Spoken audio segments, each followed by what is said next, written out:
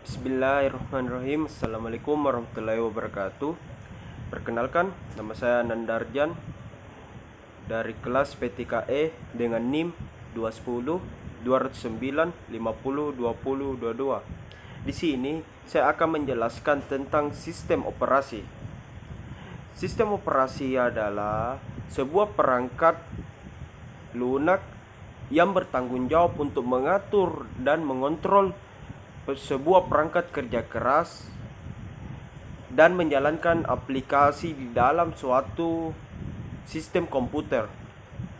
Fungsi sistem operasi: yang pertama ada resource manager, yang kedua ada interface atau tatap muka, yang ketiga ada koordinator, yang keempat ada guardian, yang kelima ada gatekeeper, yang keenam ada optimizer, yang ketujuh ada accountant, yang mana berfungsi dia mengatur waktu di CPU.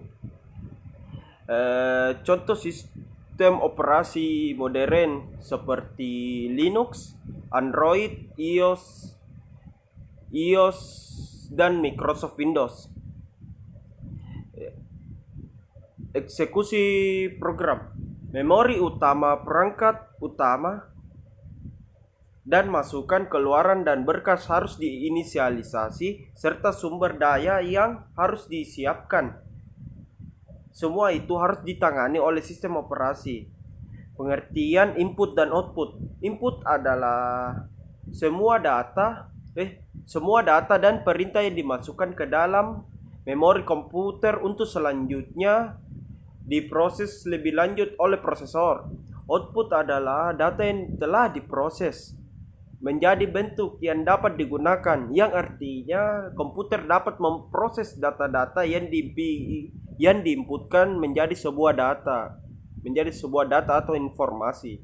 Perintah paling dasar untuk memanipulasi file: yang pertama ada cp, yang berarti menduplikasikan file. Yang kedua ada mv, yang dapat diartikan memindahkan atau mengganti nama file.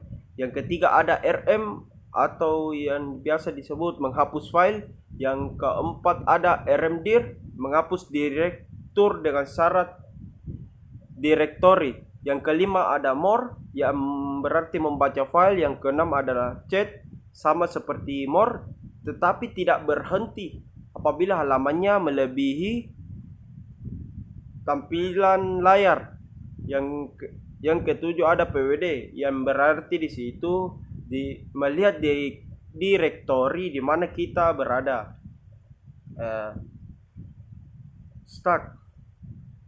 Stack adalah salah satu bagian yang digunakan untuk menyimpan data atau variabel yang pengalamatan memorinya telah dilakukan saat kompilasi. Heap adalah area memori yang digunakan untuk alokasi secara dinamis. Segments adalah biasa disebut kode segmen adalah tempat kode dari program tersebut atau basic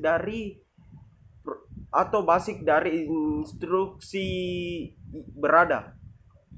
Siklus hidup proses: yang pertama ada new, yang berarti tahap inisiasi oleh rutin prosedur sistem operasi berupa alokasi memori utama.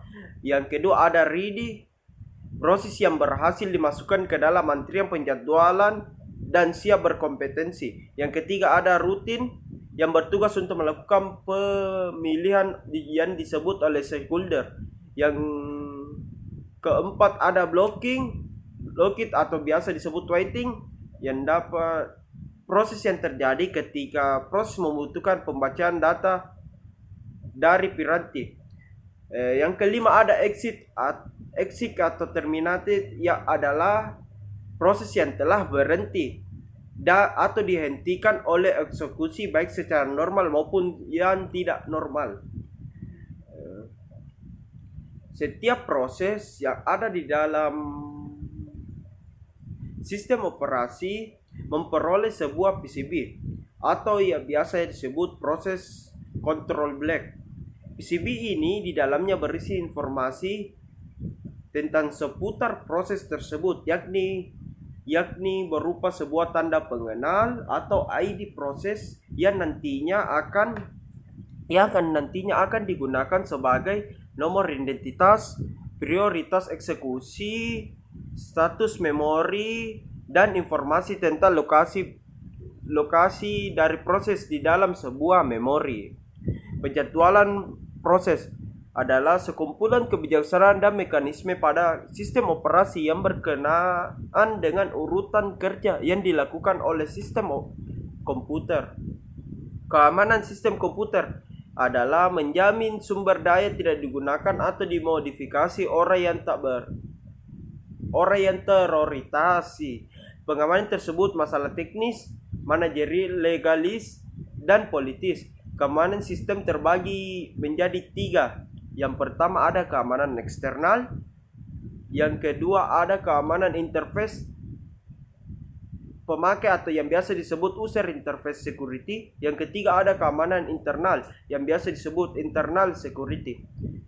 Sekian, terima kasih. Wassalamualaikum warahmatullahi wabarakatuh.